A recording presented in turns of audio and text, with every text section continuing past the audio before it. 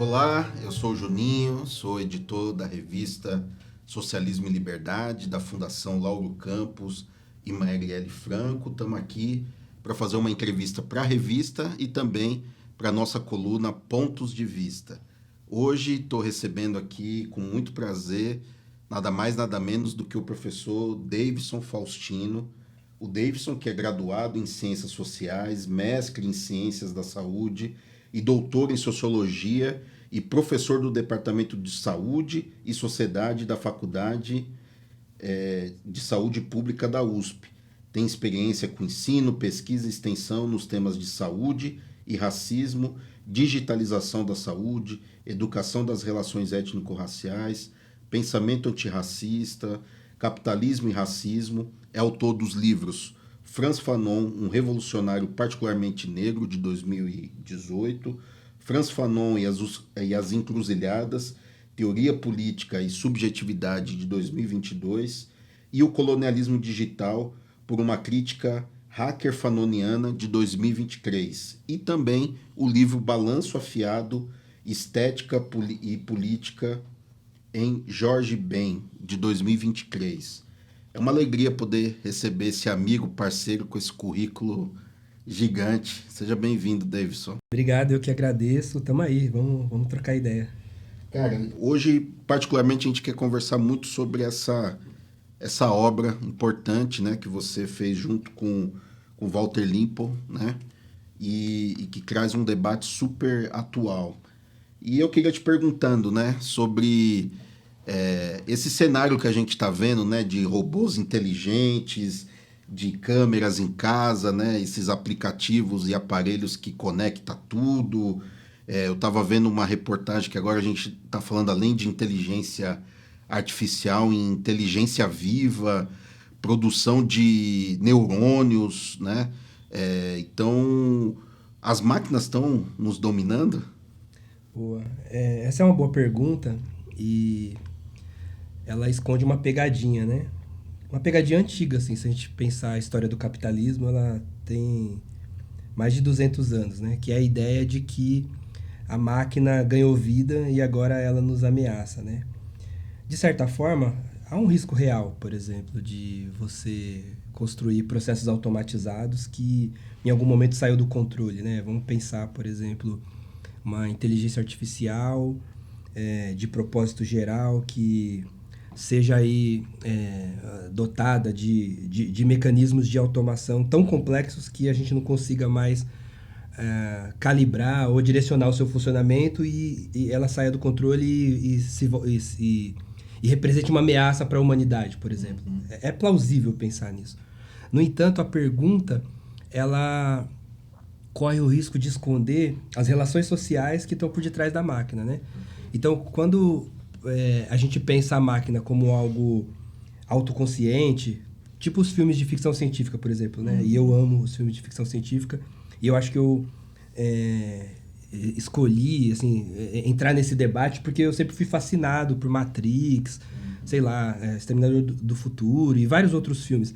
Mas em todos eles, ou na maioria deles, pelo menos os que são produzidos nos Estados Unidos, você tem uma máquina que é criada por um ser humano, ela toma consciência e depois ela vira uma ameaça para a humanidade, né? É o mito do Frankenstein, né? Sim.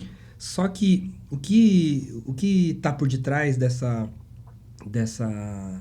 reflexão, dessa formulação, é a alienação do trabalho, né? Ou o que a gente tem chamado de fetiche tecnológico. Porque a máquina, ainda que ela seja muito automatizada, a gente pode pensar na máquina a vapor lá da Revolução Industrial, ou a gente pode pensar na inteligência artificial generativa, por exemplo, que produz, eu vou no DALL-E e digo assim, produza uma imagem de uma pessoa negra de punho cerrado com os Black Panthers de fundo, e aquele programa gera a imagem.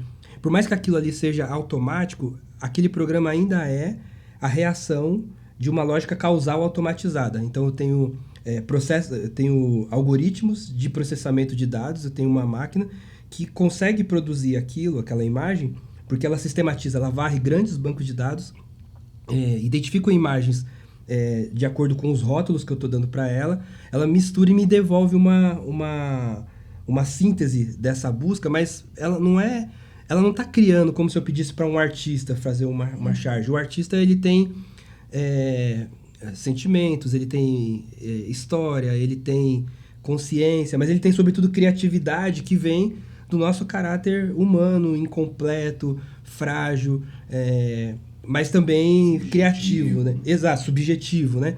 E a máquina, ela não tem isso, ela é outra coisa. E eu não estou dizendo que ela não é...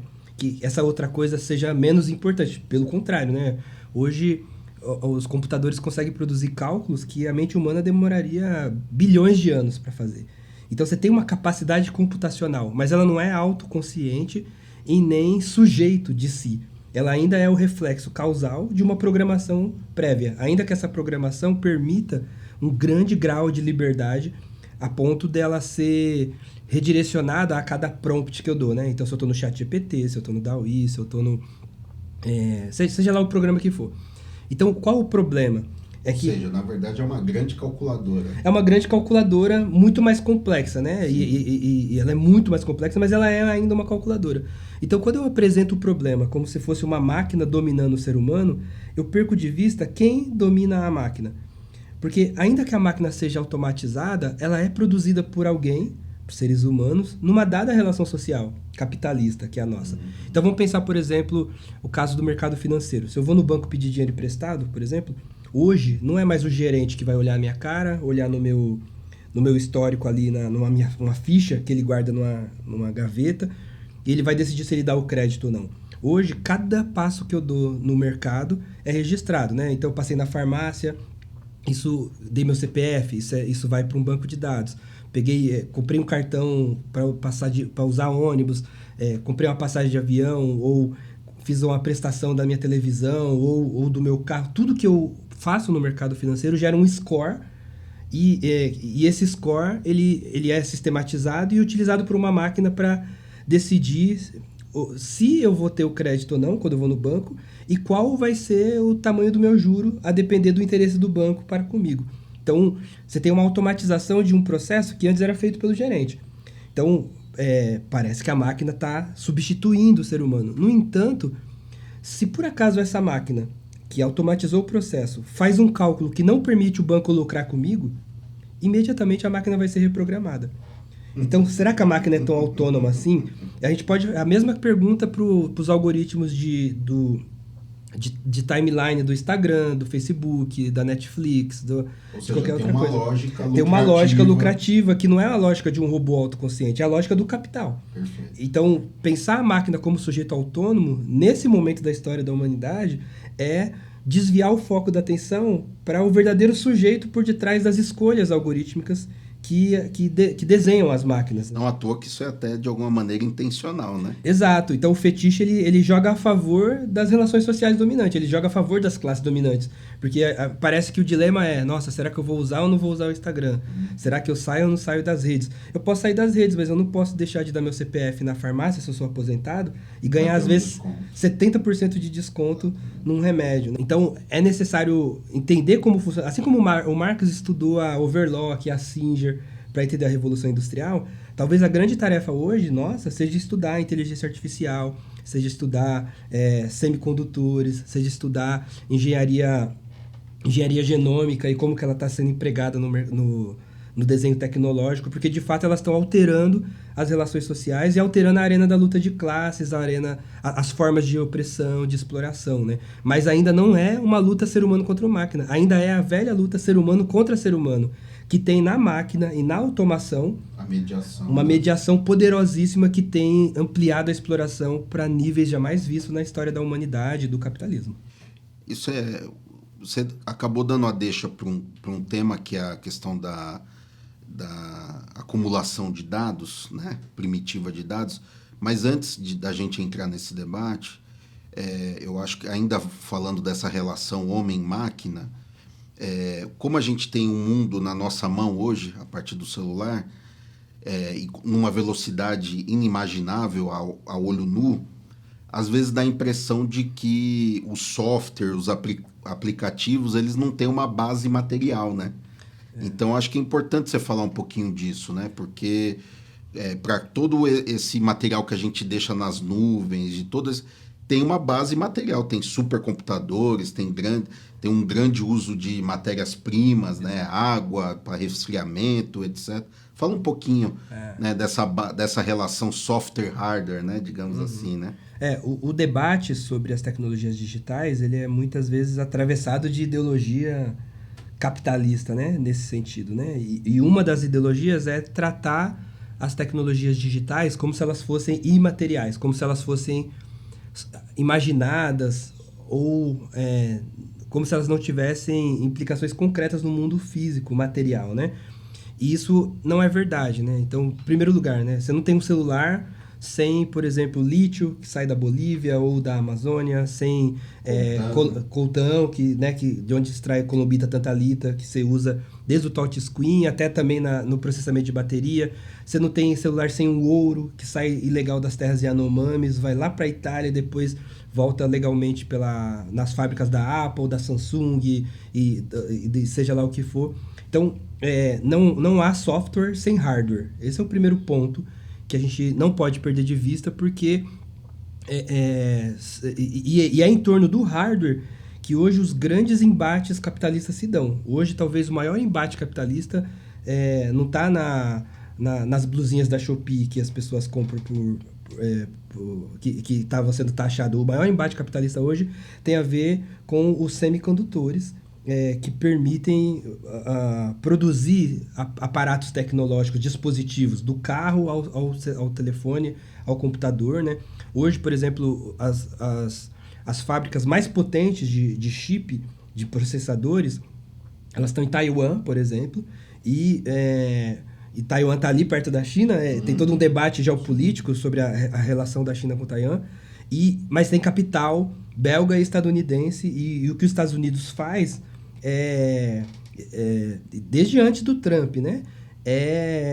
Impedir que a China acesse esses semicondutores mais sofisticados para que ela não passe os Estados Unidos na competição tecnológica, né? Então você tem uma verdadeira guerra protecionista em torno do hardware. Outra linha fundamental de hardware que define a geopolítica mundial hoje é os cabos de fibra ótica.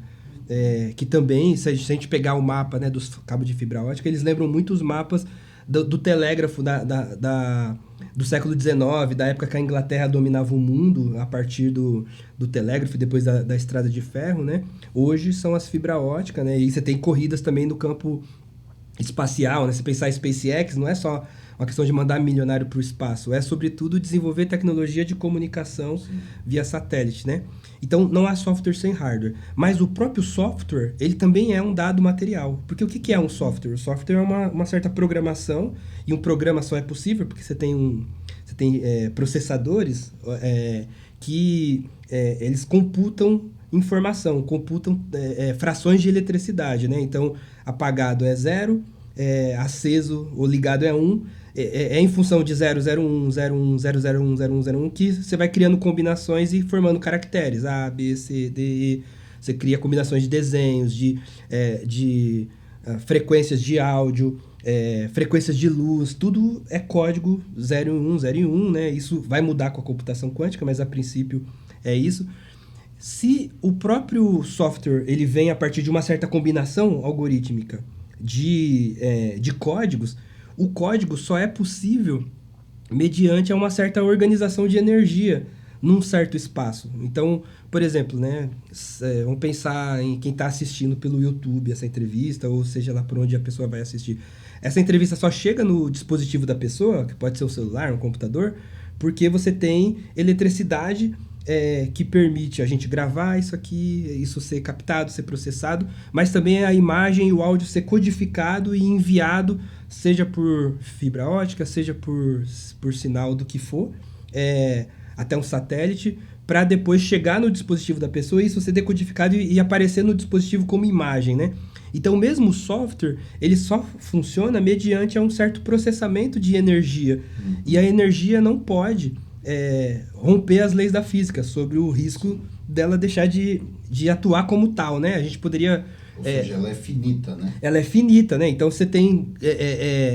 aliás, né, se a energia não fosse finita, a gente não precisava recarregar o celular. A gente não precisava descarregar de vez em quando para baixar um novo aplicativo, né? Quem da classe trabalhadora não passou pela experiência de você ter que baixar um aplicativo por causa do trampo, por causa da escola, da universidade, e aí não cabe no celular, porque é finito o espaço que ele comporta, inclusive, para processar a informação, que seria o tamanho do HD, né? Eu preciso, inclusive, limpar de vez em quando, porque ocupa um espaço no tempo e implica uma certa organização de eletricidade, né? Se a gente pensar esse exemplo específico, né? Então, também a própria ideia do software como algo quase como se fosse um significado, é um pouco empobrecedora, né? Porque ela é intangível, porque não dá para eu pegar um programa, e essa é a grande diferença, né? Se eu produzo um sapato, que é o exemplo clássico daquela dinâmica da mais-valia, que todo mundo faz informação de esquerda, né? A fábrica de sapato. Eu produzi uma quantidade tal de sapato, e quando eu vendo ele, ou quando eu uso, ele se desgasta e acaba, eu tenho que produzir mais, né? Diferente de um software. Se eu produzo um software, eu posso... essa linha de código que eu usei no software, ela pode ser copiada por outro dispositivo. Mas e ele fica obsoleto também em um dado momento. Ele fica, mas ele em si, ele pode ser replicado infinitamente. Então, essa natureza diferencia o software do sapato. E isso traz grandes questões para a gente pensar mais-valia, para a gente pensar a exploração do trabalho. Talvez a exploração do programador não é exatamente igual à exploração do sapateiro, nesse aspecto. Porque o cálculo do valor, ele teria que repensar. Mas o ponto é que mesmo o software, ele implica uma certa organização da matéria ou da energia para ele operar. Ele não é imaterial nesse sentido, né? Então há uma redução aqui muito problemática quando a gente trata o software ou o intangível como se fosse algo só do mundo do imaginário, porque bastava eu imaginar outra coisa que as coisas mudariam, e não, né? Hoje a gente quase não pega mais em dinheiro para comprar as coisas, e ainda assim, se você não trabalhar, não vender a sua força de trabalho, não ter uma certa quantidade, você morre de fome, né? Não adianta você só imaginar mais dinheiro, né? Então a ideia de um imaterial, ela é frágil diante da materialidade do próprio virtual e da circulação de mercadorias intangíveis nesse grande shopping que virou a internet. E é interessante isso que você está dizendo, né, Davis? Porque aí a gente conecta com o que a gente estava falando antes, né? Que a mais-valia, de alguma maneira, ela transita não só da produção em si, mas do processo de circulação dessas informações, né? Quando você abre... Porque a partir do momento que você está clicando em determinadas coisas, que você está consumindo determinadas coisas, oferecendo seus dados em determinados lugares, de alguma maneira você está produzindo mais-valia, né, para o grande capital, né? Tem um debate que ele é bem delicado, assim, né? Inclusive para resumir num programa curto como esse, mas que é importante, que é pensar a teoria do valor, né? Acho que vale a pena voltar ao Marx em 2025, porque para o Marx, né, é só na produção que se produz o mais valor. Sim. No entanto, ele nunca disse, e se ele tivesse dito, era só a gente dizer, se a realidade assim o dissesse, que é só na fábrica que se pode produzir algo. Esse é o ponto. Então, o que pesquisas mais recentes têm mostrado é que o próprio capitalismo se modificou muito nos últimos 40, 50 anos, especialmente com a crise do Fordismo, com a introdução da robótica, da informática no processo produtivo. E essas alterações permitem agora que a produção não se dê estritamente no espaço da fábrica. Às vezes a produção se dá na circulação ou no consumo. Mas o que isso significa? Não significa que, por exemplo... então no mercado financeiro que eu valorizo o valor. O mercado financeiro ele capta, ele rouba ou ele cria pedágios para a circulação de valor, e o banco, né, o banqueiro, ele enriquece capturando valor produzido em algum lugar, né? Não é nesse sentido que eu estou dizendo. Mas o que eu estou dizendo, por exemplo, é que a produção nem sempre se dá dentro da fábrica. Então, a gente pode pegar um exemplo oferecido pela Terezinha Ferrari, que é uma professora socióloga do trabalho muito importante nesse ramo, que ela vai falar que com a alteração do processo produtivo, as cidades têm sido disputadas pelo capital e se convertido em grandes esteiras produtivas a céu aberto, né? Então você tem circulação de mercadorias, a ideologia just in time, por exemplo, se eu clicar hoje num produto do Mercado Livre até as 10 da manhã, ele pode chegar no mesmo dia, lá para as 11 horas, se eu estiver em São Paulo, pelo menos, né? Isso é possível? Parece que eu cliquei e o produto apareceu do nada, mas na verdade é possível porque a própria produção, ela saiu do espaço restrito da fábrica, ela passou a ser pulverizada em diversas unidades produtivas e mesmo no momento que o produto é concluído, ele segue circulando, né? Então eu consigo receber um produto do Mercado Livre ou da Shopee, ou seja lá do que for,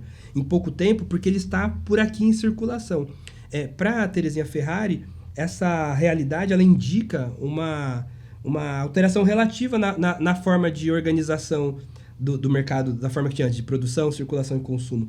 Porque agora, aquilo que é produzido, ou aquilo que está em produção, eles seguem nas cidades em circulação de forma que a gente consegue acessar num tempo muito curto, o que permite uma diminuição do tempo de rotação do capital. O que permite... isso tem impacto para as taxas de lucro que se adquire, isso tem impacto para o próprio cálculo do valor. Então, não é que se produz mais valor na circulação, mas as transformações na circulação permitem que a própria produção se dê nesse diálogo com a circulação e permita que a gente, que o capital ganhe com isso, né? Então, para voltar para a questão tecnológica, as tecnologias digitais, elas permitiram uma certa sincronicidade dos espaços produtivos, mas também da sociedade para atender essas necessidades produtivas de tal forma que, de fato, se ampliou muito as possibilidades de exploração da vida. Então, você não precisa ser um trabalhador assalariado para ser explorado. Há momentos em que eu baixo um aplicativo, por exemplo, e eu vou calibrar esse aplicativo colocando informações pessoais, eu estou alterando a qualidade daquele aplicativo. Logo, eu estou trabalhando, só que eu estou trabalhando sem receber. É o trabalho não pago. Então, eu estou contribuindo para o mais valor daquela empresa, numa esfera que não é a esfera produtiva. Eu nem sou programador, mas eu estou ali alterando a qualidade daquele produto, né? Então, isso é um traço desse momento do capitalismo e ele coloca novas questões para a gente pensar a exploração do trabalho. E aí, nesse sentido, vocês tratam aqui no livro um conceito que é acumulação primitiva de dados, né? Então, que eu acho que dialoga com isso que você está dizendo, né? De alguma maneira, a gente está o tempo todo produzindo dados que vai virar...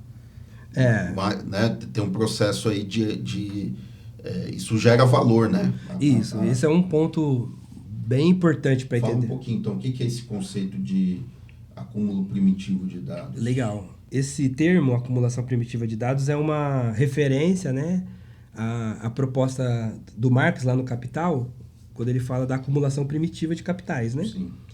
Na verdade, ele fala assim chamada acumulação primitiva. Ele faz um sarcasmo, porque para ele tá tratando da expropriação propriamente dita. Mas a gente... E no Marx, a partir desse trato da expropriação ou da assim chamada acumulação primitiva de dados que o Marx vai falar, por exemplo, de colonialismo, ou como ele chama de sistema colonial, porque você tem a exploração do trabalho, do trabalhador que trabalha uma jornada de trabalho, mas para o capitalismo chegar nesse ponto, você precisou antes de um processo violento de expropriação dos recursos naturais, expropriação das terras indígenas para converter nas sesmarias feudais, expropriação das terras feudais, sesmarias feudais ficou estranho, né? Expropriação das terras indígenas para sesmarias coloniais, né?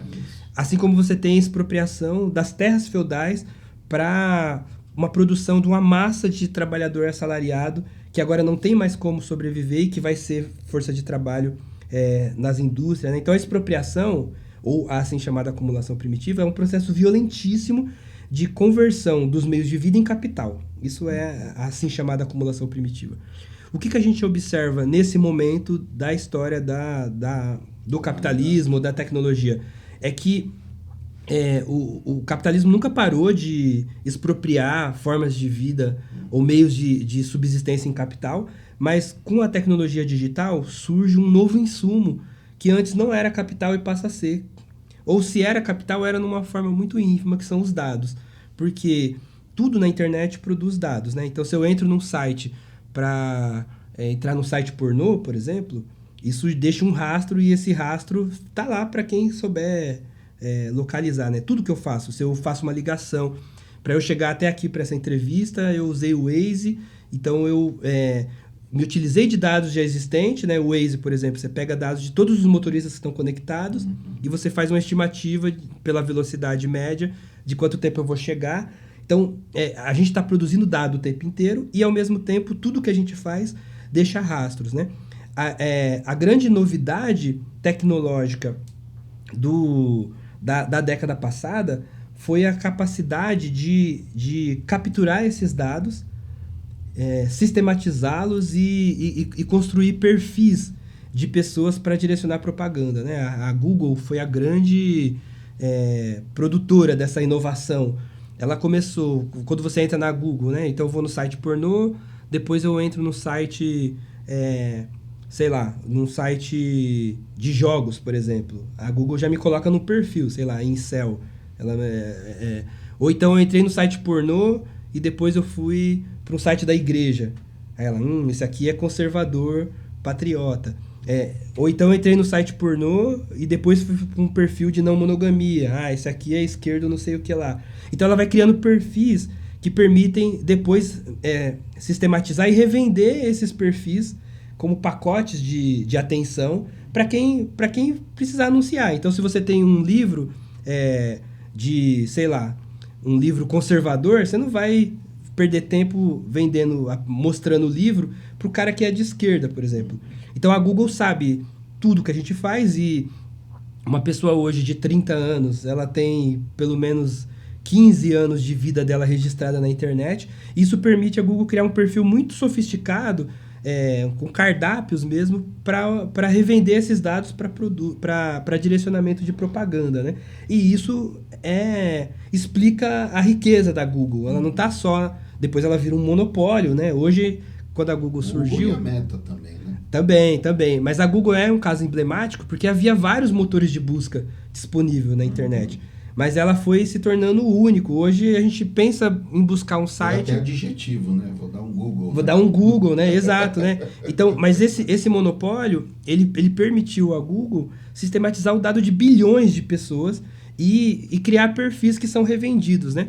E essa revenda permitiu impulsionar o mercado, mas criou o que a gente chama de um novo modelo de negócio, né? Mas por que para voltar à sua pergunta da acumulação primitiva de dados, num segundo momento, se percebeu que os dados são úteis não apenas para direcionar propaganda e influenciar o comportamento das pessoas, mas eles também servem para treinar modelos de inteligência artificial. As pesquisas de inteligência artificial têm décadas, elas são da década de 60, 70, mas elas têm um boom agora na última década, porque ela conta com 2 fatores novos. O primeiro é o alto desenvolvimento de capacidade de processamento e armazenamento dos hardwares. Isso não existia antes. A capacidade hoje de arquivar dados e de processar esses dados é infinitas vezes maior, né, do que era algumas décadas atrás. Isso permite arquivar dados de muita gente, e dados de todo tipo e natureza. Mas a segunda inovação foi para eu armazenar esses dados, eu preciso capturar os dados. E quem vai fazer essa transição é o smartphone, né? Porque com o barateamento do smartphone, todo mundo passa a estar conectado de alguma forma e todo mundo passa a oferecer dados. Então você tem um avanço tanto na capacidade de armazenar quanto na capacidade de capturar dados, e isso cria a matéria-prima perfeita para você treinar modelos algorítmicos. Num segundo momento, para você treinar a inteligência artificial, você precisa de uma quantidade absurda de dados. Eu não posso fazer um chat GPT usando 3, 4, 5 artigos para ele dar uma resposta. Eu preciso colocar bilhões de artigos, eu preciso alimentar com dados de perfis de resposta, não só o artigo. Eu preciso sistematizar como as pessoas constroem os textos. Então eu preciso ter acesso a dados e metadados de todas as naturezas para poder reproduzir isso no sistema automatizado. Então, quanto mais dado eu tenho, mais potente pode ser o meu programa, graças a uma capacidade computacional e uma disponibilidade de dados.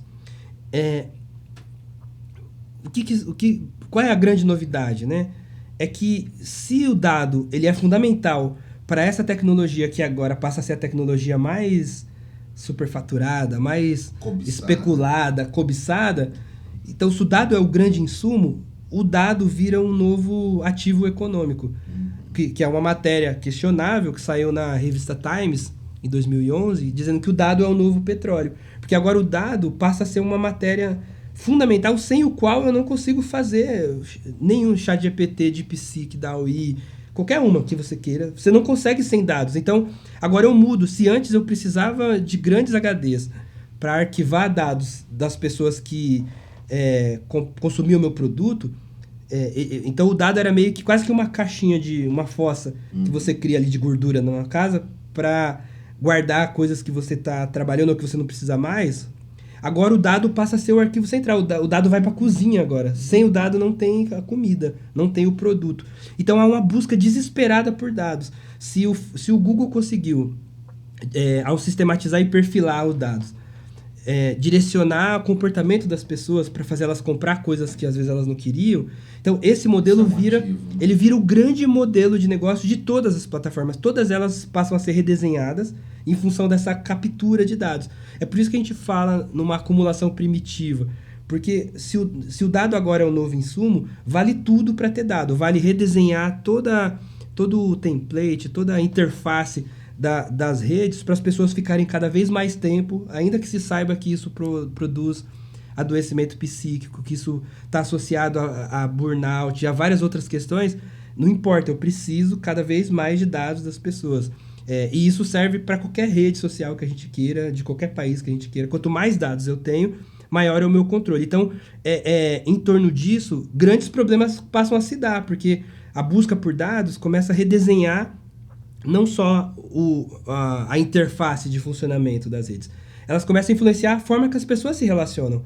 Porque também é uma época que cada vez mais a gente se relaciona pelas redes sociais, mediado por processos algoritmizados que funcionam mediante a nossa observação, sistematização e influência a fins de controle, né? Então, do cardápio da Netflix até o cardápio do Tinder, das postagens que aparecem para mim no Twitter ou no Instagram ou no TikTok, até as recomendações de produto do banco, tudo passa a ser cada vez mais mobilizado pelos dados que eu mesmo ofereço da minha permanência na rede. Então, nós estamos sendo, de certa forma, explorados, talvez esfolados por um processo que passa a nos vigiar para obter dado. E aí vale tudo, né? Então, vários estudos têm mostrado... Só para dar um gancho aqui, é isso que nós estamos chamando de colonialismo digital? Não. Aqui ainda estamos na acumulação primitiva de dados para lembrar o quão violento é esse processo de captura de dados para fins de lucro. Ele é violento porque ele reorganiza, ele bagunça as relações sociais e ele tem vários efeitos colaterais para a saúde mental, para as formas de organização política, para as formas de afeto, e ainda assim as empresas insistem nisso, porque isso dá lucro. Isso é acumulação primitiva de dados. Acho que um exemplo é depois que o Trump chegou, a Meta, por exemplo, tirou as cláusulas de direitos humanos das suas políticas, e agora, por exemplo, você entra você vai escrever o nome de alguém para localizar, às vezes aparece pornografia, por exemplo, que antes não aparecia porque você tinha uma política ética, né? Mas agora, para um determinado público masculino de determinada idade, a pornografia vai atrair atenção, então você vai investir todas as fichas para a pessoa ficar mais tempo. Isso é acumulação primitiva de dados.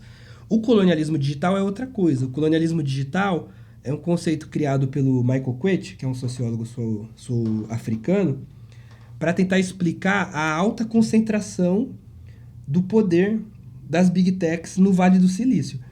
Para ele, a concentração de poder de capitais, ela é maior do que eram os monopólios que o Lenin estava estudando lá no século XIX, no começo do XX. Hoje as Big Techs são maiores do que a maioria dos países do mundo, né? Exato. Se você pegar 5 a 6 empresas mais de tecnologia mais importantes, assim, que a Meta, a Alphabet, a Google, a Amazon e a Apple e a Nvidia, por exemplo, o PIB é maior do que o PIB da Alemanha, por exemplo, que é o país mais rico, está em crise, está decadente, mas é o país mais rico da Europa, né?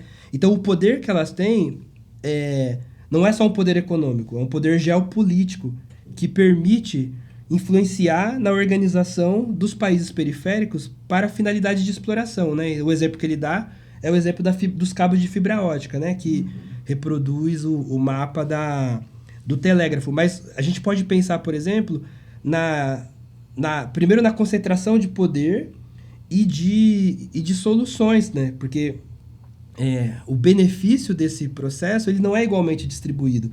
Aliás, ele é garantido, o benefício é garantido a partir da superexploração de outros territórios. Então, o exemplo que a gente sempre gosta de dar é o exemplo do coltan na República Democrática do Congo, né?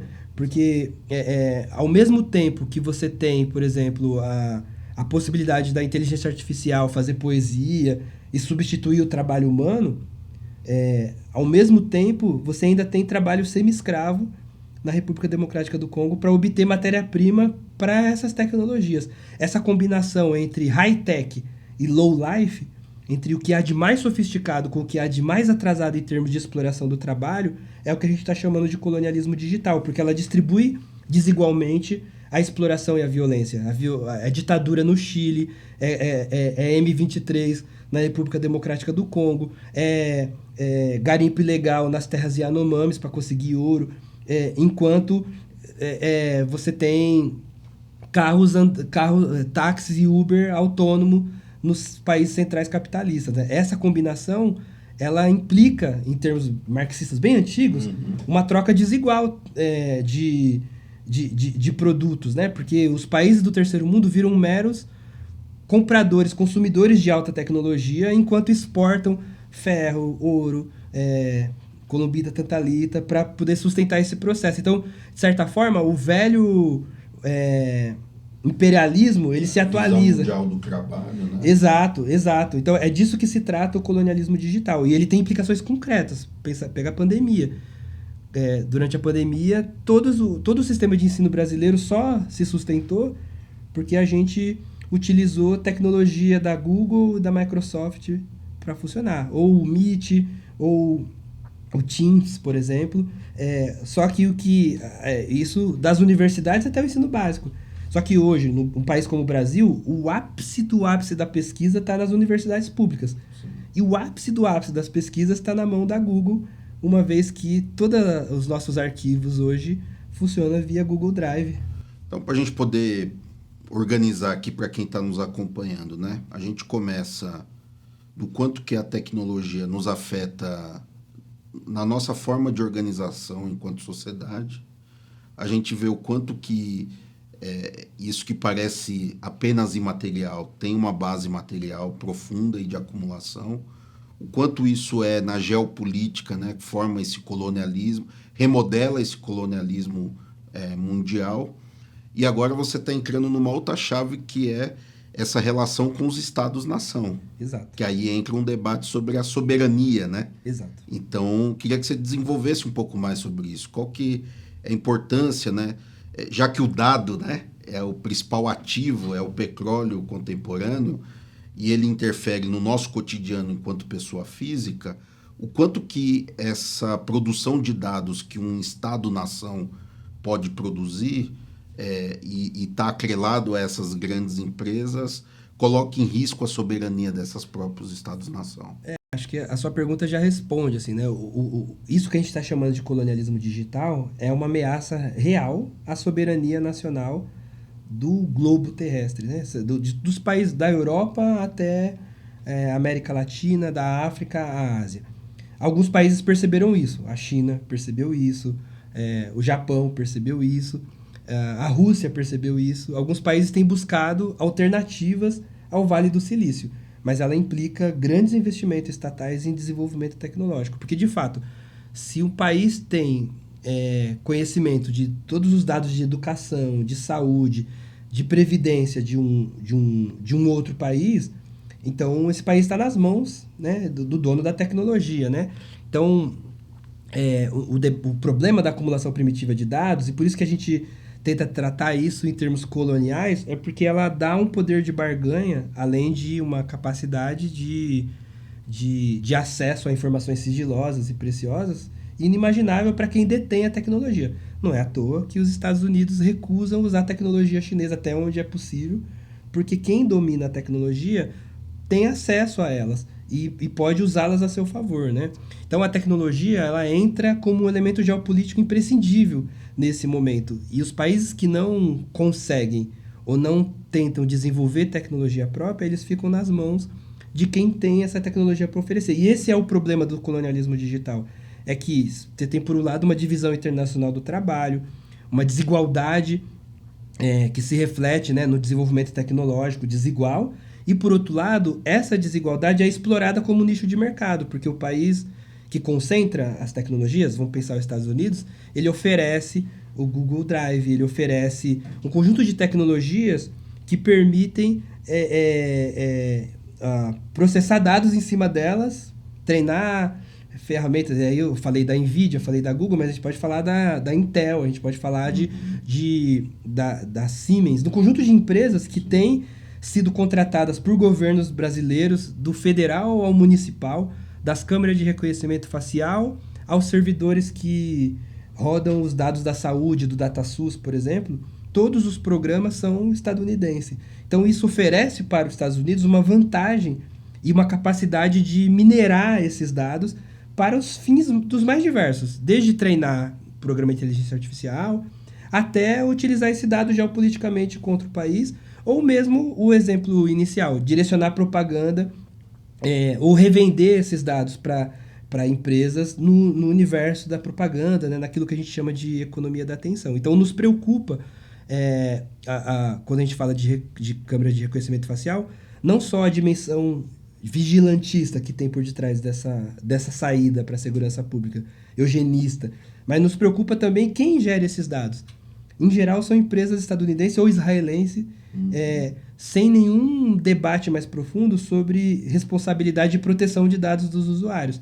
Nos preocupa os processos de digitalização da saúde, por exemplo, que apostam no uso de equipamentos vestíveis, que apostam na internet das coisas, na possibilidade de você utilizar dados para a saúde sem uma discussão sobre quem controla esses dados, porque quem controla esses dados passa a ter poder sobre o indivíduo. Porque imagina, se você, por exemplo, foi na farmácia e você deu seu CPF, então tudo que você compra ali está registrado, do tamanho do preservativo até o remédio se é diabetes ou é pressão alta, se é remédio para ansiedade. Imagina se a farmácia revende esses dados para o convênio, por exemplo, e você contrata um convênio, e quando você for precisar de um procedimento caro, o convênio fala, não, mas você tem doença pré-existente e você não me revelou, por exemplo. Exatamente. Isso para dar um exemplo. Sim. E todo mundo fala, nossa, mas tem que se preocupar com o roubo de dados. O roubo de dados é o menor dos problemas aqui. Sim. Então, abre-se para o capital cenários assustadores do ponto de vista da vida concreta das pessoas. Sim. Em torno desse mercado que são os dados, né? Então, pensar essa combinação entre colonialismo digital, acumulação primitiva de dados, passa por aí. E é interessante, né, Davidson, porque o Brasil tem um exemplo muito concreto de que é possível pensar tecnologia com soberania, que é, por exemplo, a política do Pix, né? Que é algo que deu muito certo no Brasil e é uma tecnologia nacional, desenvolvida pelo Banco Central, né? A tecnologia para as urnas eletrônicas, né? Então, ou seja, o Brasil teria capacidade de produzir, né, soberania e tecnologia, né? E uma segunda questão que nos coloca isso, que é a necessidade não só da soberania, né, enquanto nação, mas principalmente o quanto que isso tem que estar... pensar uma democracia real passa por isso também, né? No sentido de ter um controle público, né? Um controle, mecanismos de controle onde a população tenha condição de fiscalizar, acompanhar, inclusive decidir para onde essa produção de dados, etc., deveria ser canalizada, né? Perfeito. O Brasil ele é referência em várias áreas de desenvolvimento tecnológico, mas ele não conta com um projeto político que entende... Só um parênteses. Inclusive, lá atrás, o projeto Genoma também tinha muito peso aqui no Brasil, também, né? Também. Vários que foram abandonados ao longo do caminho, né? Mesmo projetos espaciais, uma série de projetos que foram sendo abandonados, Queima limados. na largada, né? E óbvio, né, com esse congresso, com essa composição política, é muito difícil pensar um projeto de sociedade, né? A gente sempre diz que a saída para o colonialismo digital não é queimar as máquinas, é uma outra sociedade. É um projeto de sociedade onde a vida esteja no centro do desenvolvimento tecnológico e não o capital. Essa é a saída, né? Mas isso implica uma disputa que está para além da tecnologia, implica uma disputa de projeto. Mas um projeto que não inclua a tecnologia como um elemento central, ele está fadado ao fracasso, porque as regras do jogo estão sendo alteradas pela interação algoritmizada. E elas estão sendo alteradas a favor da extrema-direita. Então, acho que esse é um ponto para a gente pensar. Um outro ponto é que o Brasil tem as universidades a seu favor, o Brasil tem o SERPRO, o Brasil tem centros de desenvolvimento tecnológico muito preciosos. Só que eles não contam com o investimento necessário para produzir tecnologia e colocar essa tecnologia a serviço das necessidades locais, né? Tem um plano que surgiu no governo Lula que ele é louvável, a gente precisa falar disso também, mas ele precisa de muita pressão social e as esquerdas em gerais não estão atentas a isso, que é o Plano Nacional para a Inteligência Artificial no Brasil, né? E é um plano que também está sendo disputado, assim, e uma das disputas que está em jogo é a importância de ter financiamento governamental para desenvolvimento tecnológico, mas, sobretudo, que desenvolvimento é esse? Porque também a gente não vai copiar os Estados Unidos. Se você não investe nas universidades para produzir tecnologia que dê conta das necessidades sociais, também não adianta, né? Então, como é que você coloca diferentes populações como partícipes desse desenvolvimento tecnológico? Não só como consumidores que vão avaliar se chega ou não, mas como partícipes desse processo. E aqui está algo importante, porque a questão tecnológica, ou as desigualdades geradas pela tecnologia, não é só uma questão de acesso à tecnologia, também. É uma questão de design tecnológico. Na maioria das vezes, o design ele não é pensado para o bem-estar social, ele é pensado para o capital, e o resultado, às vezes, é a ampliação de barreiras de acesso. Se a gente pensar, por exemplo, a gente tem grandes exemplos lindos, né, com o Pix, que você trouxe, mas também você tem exemplos catastróficos, por exemplo, quando eu terceirizo o acesso à assistência social pelo SouGov, por exemplo, ou por qualquer outro programa, com uma população idosa ou com analfabetismo funcional, que mesmo tendo um celular, às vezes não consegue acessar um benefício, porque tem na tecnologia digital a única mediação ao benefício, né? Então, a tecnologia também pode ampliar barreiras. Então, esse é um debate que tem que estar posto, e se não tiver envolvido no debate sobre tecnologia digital as pessoas que serão as mais afetadas, o debate corre o risco de ser o suquinho de Brasil, que é grandes passos feitos sem a periferia, sem a favela, sem os quilombos, sem a população ribeirinha, sem as populações indígenas, né? Acho que essa é uma questão que ainda está em aberto. Então, você está nos dizendo que, além de tudo, nós temos uma tarefa enquanto esquerda, que é o debate também de uma certa educação tecnológica, se apropriar dessa discussão. O que você acha sobre isso? Quais são os desafios para a esquerda, pensando... claro, a gente entende que tem aí uma geopolítica, um debate global gigante, mas a gente sabe que precisa dar os primeiros passos, e isso está muito ligado a uma tarefa cotidiana. Qual o caminho que você acha que a esquerda deve trilhar nessa próxima quadra histórica para se aproximar de fato e interferir nesse debate da tecnologia? O primeiro é se apropriar do debate, né? E entender o curso das coisas, para inclusive separar o que de fato é transformação concreta e o que é propaganda do vendedor da geladeira, né? Então, nem tudo que aparece como promessa se concretiza de fato. Então, mas para poder diferenciar, eu preciso fazer o que o Marx fez. O Marx, lá no capítulo 13 do Capital. Ele foi entender a maquinaria, para entender como funciona a indústria, né? Então, tem uma tarefa que é entender as máquinas, né? Tem dois intelectuais, dois filósofos, né, da tecnologia do século XX. Um influencia muito o debate, o outro menos, e é desse que influencia menos que eu gosto mais. Um é o Heidegger, né, que vai dizer que a técnica é uma forma de dominação, então a técnica é política. Mas a saída do Heidegger, e infelizmente parece que às vezes é a saída que a esquerda mais gosta, porque é mais fácil, é, ou quebrar a máquina ou só demonizar a máquina e propor um retorno no tempo, né? Mas o Heidegger era um playboyzão nazista que criticava a modernidade e depois ia jogar golfe ou ia respirar nos Alpes suíços, né? Essa saída não serve para a classe trabalhadora. Um outro pensador muito mais interessante que o Heidegger, e infelizmente menos conhecido, é o Simondon, né? Ele dizia que para acabar com a alienação tecnológica, você tem que se apropriar da máquina. Então, ele, nas aulas dele, nos grupos de pesquisa sobre filosofia da técnica, ele desmontava satélite, ele levava computador e desmontava para mostrar como funciona, para poder entender como que a máquina funciona. Eu acho que esse é um desafio que foi encampado pelo movimento hacker ativista no começo dos anos 2000 e que foi ignorado pela esquerda. Eram os caras chatos que falavam pra gente não usar o Windows, pra ficar usando o Linux. Mas eles traziam algo que é importante de pensar, que é a tecnologia é um elemento numa guerra, na guerra de classes, que se a gente não lançar a mão, a gente já entra perdendo, né? Peguem como exemplo, por exemplo, a guerra tecnológica na Palestina, por exemplo.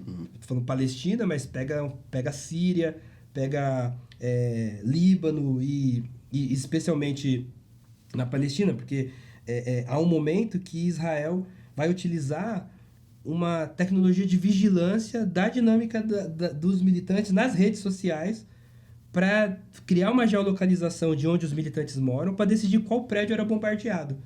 Então, a escolha do prédio bombardeado tinha a ver com rastreamento de atividade no Facebook, inclusive porque a Meta dá esses dados para Israel e deixa eles utilizarem, né?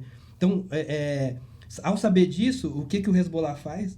Volta a usar BIP, aquele BIP, que é aquele pager. Sim. E, ao perceber isso, o que Israel faz? Ele intercepta a produção de pager e instala programadores com bombas para explodir os pagers. Então, a guerra passa também pela tecnologia. Então, estou dando um exemplo extremo para dizer que querer ser subversivo hoje, sem olhar para a dimensão tecnológica, sem pensar comunicação segura, sem pensar alternativas de interação e mobilização às redes sociais, hoje ser inocente ou ineficaz. Então, essa é uma tarefa fundamental que a gente tem. Fundamental. Perfeito. Vamos caminhar para os finalmente. Eu queria, obviamente, que tem vários aspectos que eu queria falar, mas eu acho que a gente já tocou, por exemplo, sobre essa edição da revista. A gente vai falar muito das ameaças do Trump, né? Então, queria que você comentasse rapidamente o que significa, né, ter todas essas empresas que nós falamos, né, estavam na posse do Trump. O próprio Elon Musk hoje é um ministro, né? Tem um outro nome lá nos Estados Unidos, não sei qual é, secretário, né? Mas é equivalente a um ministro do Trump, com o filho, inclusive, tirando o sarro do próprio Trump, né? Mostra o tamanho do peso do cara dentro do governo. O que significa isso, né? O que a gente pode esperar, né, desse trumpismo aí 2.0, né? Esse novo governo Trump, tão associado, né, ao Vale dos Silícios, que inclusive muita gente sempre teve um certo glamour, né, o Vale do Silício como algo moderno, até mesmo progressista, anarquista, né, meio e ver esse movimento tão atrelado a um projeto extremamente conservador. E o que você acha que a gente pode esperar desse novo Trump, desse novo governo Trump e tendo como pano de fundo a tecnologia? São vários fatores, né, para uma conversa uma resposta de final de conversa. Isso. Eu não vou dar conta, mas acho que um deles que eu queria trazer tem a ver com a chamada Agenda Woke e com o debate da diversidade e tecnologia, porque um dos efeitos do colonialismo digital é o que a gente chama de racialização codificada, porque as tecnologias elas intensificam formas de opressão já existentes, como de gênero, de raça, de língua, de território, e ao mesmo tempo elas criam novas explorações, né? E havia uma pressão no interior das big techs para que elas corrigissem esses vieses, e essa pressão ela é morta, ela é assassinada, ela é suicidada com a eleição do Trump, né? Mas esse não é o principal elemento que explica o Trump. O principal elemento que explica o Trump e a adesão desses grupos à candidatura ainda do Trump, porque eles vão investir muito dinheiro, é que o mundo começa a perceber o poder devastador das big techs e começa a criar algumas vacinas. Então, vai ser criada uma legislação na Europa, na União Europeia, para proteção de dados dos cidadãos. O Brasil começa a criar ou a discutir políticas de responsabilização das plataformas, e isso implica algum limite para a circulação de capital e para a acumulação das big techs, né? Então, a adesão das big techs ao Trump e à agenda trumpista reflete uma reação à luta social pela regulação das plataformas, pela proteção de dados, né? Ao nosso ver, elas espelham uma consolidação do colonialismo digital, né? A gente pode pensar desde da postura da influência que o Elon Musk vai ter na relação dos Estados Unidos com a África do Sul, por exemplo, que está lá tentando fazer reforma agrária e passa a entrar numa lista suja dos Estados Unidos.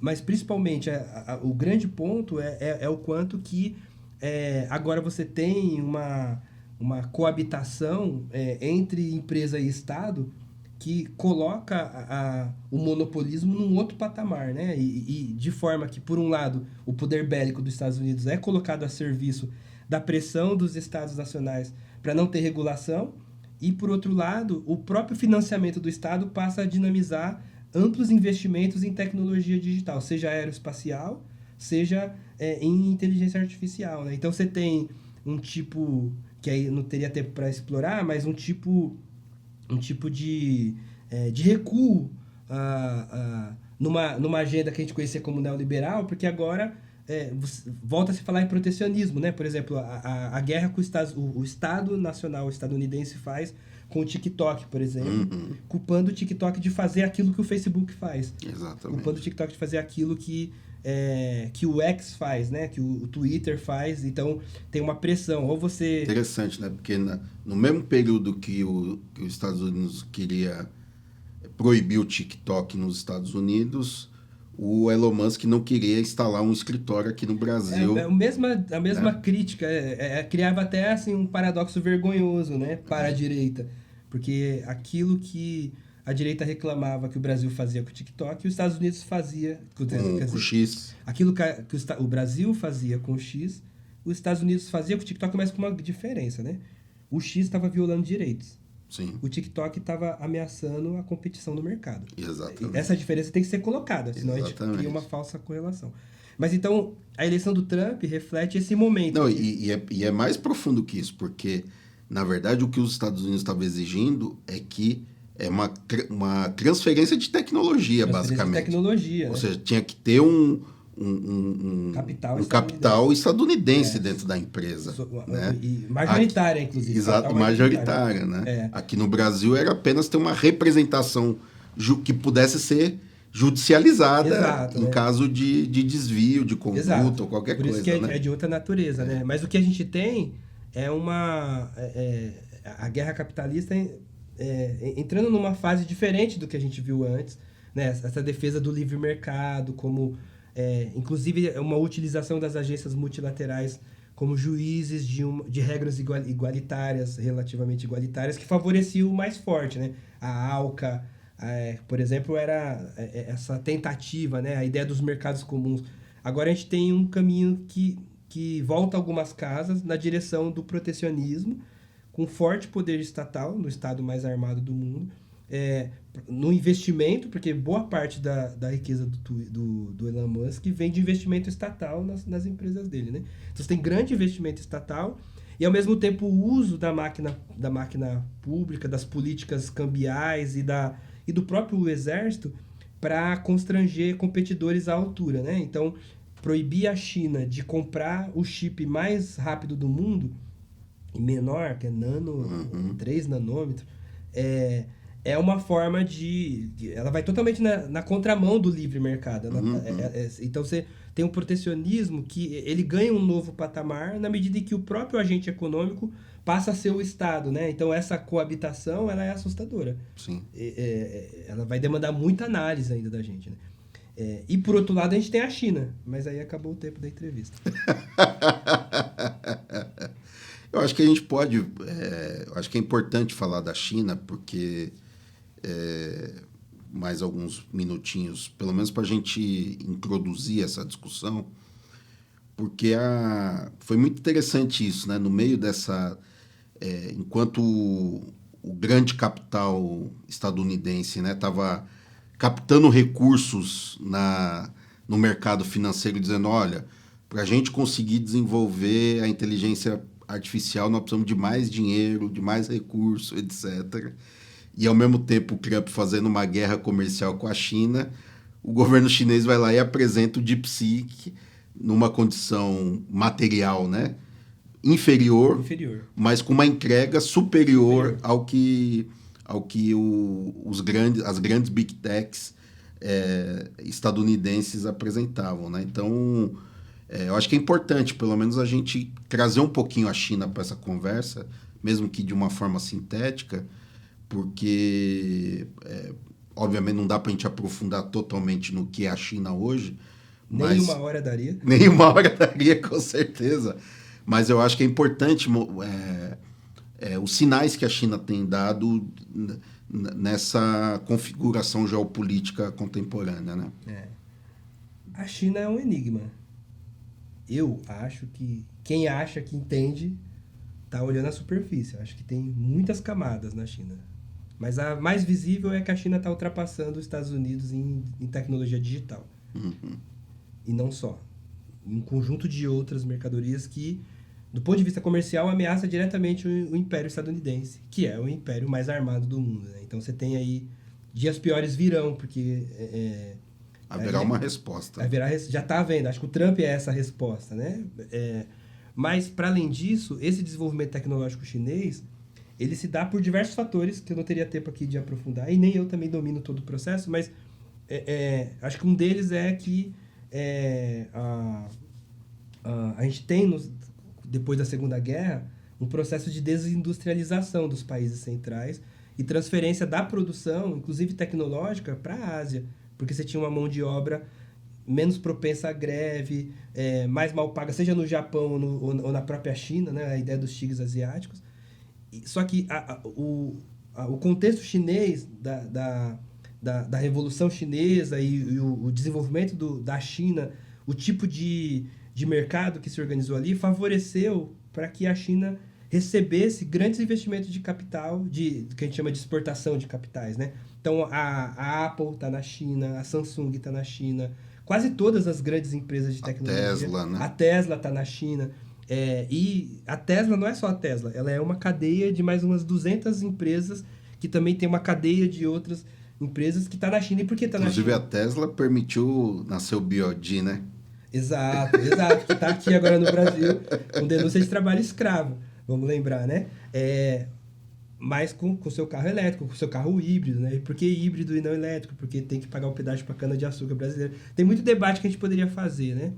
Mas o ponto é que o que favorece ser a China e não outros polos industriais é que a China tem uma população de bilhões de pessoas, tem um mercado consumidor muito potente e, ao mesmo tempo, uma organização social que garante um êxodo rural constante e uma mão de obra muito barata em comparação, do ponto de vista de força de trabalho, a outros países. Então, era mais barato levar as fábricas para lá e você contava com todo um polo industrial desenvolvido, organizado, com uma cadeia produtiva à disposição, com cadeias de circulação. Então, tá tudo lá na China. Então isso é um grande problema para os Estados Unidos.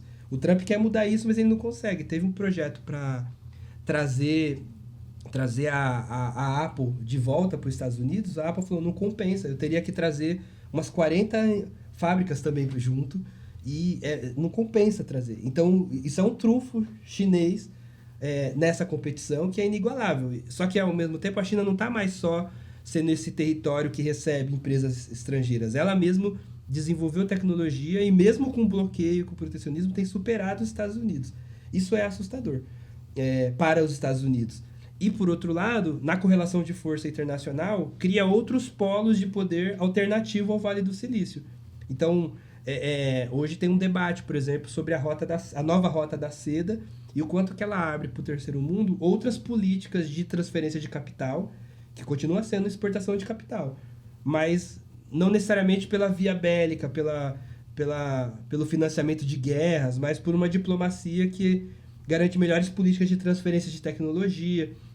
Então a China se apresenta para países africanos, para outros países asiáticos, como uma alternativa menos agressiva de transferência de tecnologia. Mas ainda porque a China vai para os países africanos que tem matéria-prima.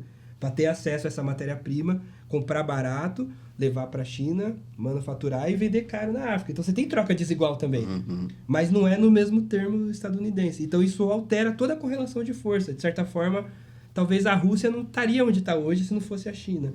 Sim. E, de certa forma, sem a China e a Rússia, talvez a gente não teria a revolução no Sahel, por exemplo, lá no centro africano, para quem está acompanhando, né? Se a gente pensar o Níger, Burkina Faso e hoje até a eleição do Senegal, você tem eixos alternativos que têm se formado, que só são possíveis mediante essa correlação de força. Mas a pergunta que se faz é até onde é sustentável também esse tipo de desenvolvimento chinês, né? Porque ele também dá sinais de limites até onde ele se sustenta. No entanto, ele também dá sinais de limites há muitos anos e ele continua ali crescendo, né? Então, eu acho, para fechar, que a China é um enigma muito interessante que a gente deveria olhar mais, porque ela nem é a salvação dos trabalhadores. Talvez ela seja a salvação do capitalismo. Porque nesse momento de crise estadunidense, é onde a produção capitalista consegue se manter com alguma planificação, graças a um Estado liderado pelo Partido Comunista na China. Não sei se ela é a salvação, porque a hipótese é que, bom, o dia que os chineses passarem os Estados Unidos, aí eles declaram o comunismo e o mundo está salvo, né? Me parece um pouco inocente essa formulação, mas ela faz muito sucesso. E, por outro lado, também não é uma relação imperialista como a estadunidense, é outra coisa. E talvez no meio dessas contradições a gente tenha outras possibilidades de arranjos geopolíticos para pensar em torno disso, né? Legal. Então, é por aí. Eu acho que é isso, né? Eu acho que impossível para a esquerda hoje não olhar para a tecnologia e não olhar para a China. Exato. Se quiser pensar algum projeto emancipador, de desenvolvimento ou de mudança dessa correlação de forças. Ou até de gestão do capital. Ou até mesmo de gestão, né? Então, Davidson, que daria para a gente ficar mais umas 2 horinhas aqui, fácil. Mas, primeiro, muito feliz de te receber aqui para esse papo. É um papo que eu já estava querendo fazer há muito tempo, porque tenho total compreensão da importância e da centralidade. Tem muita coisa que ainda, eu sei que para muita gente ainda vai estar um pouco inacessível, mas eu acho que a gente tem que ir falando e conversando, encontrando maneiras de deixar isso cada vez mais palatável, mais acessível, até porque hoje em dia as pessoas estão muito integradas a esse mundo tecnológico, então, por mais que às vezes é só ligar uma coisa a outra, né? As pessoas perceberem que aquilo que ela está fazendo tem uma consequência maior do que só o que ela acha que ela está fazendo, né? Então, acho que é muito importante a gente seguir conversando sobre isso e parabéns por esse belíssimo livro, assim, que foi uma das leituras que mais me impactou nos últimos tempos, né? Não só eu, como de outras figuras que eu andei propagandeando aí, vai até compor aí a bibliografia de alguns livros que vão sair logo em breve. Então, sou muito fã aí do seu trabalho e agradeço por você ter vindo aqui bater esse papo com a gente. Da hora. Fico aí à disposição. É nóis. Legal. Bom, gente, esse foi mais um Ponto de Vista, que é esse espaço, essa coluna aqui do canal da Fundação Lauro Campos e Marielle Franco, e também essa entrevista vai compor a próxima edição da revista Socialismo e Liberdade, que logo logo também vai estar disponível no nosso site e também uma versão impressa. Tamo junto, até mais.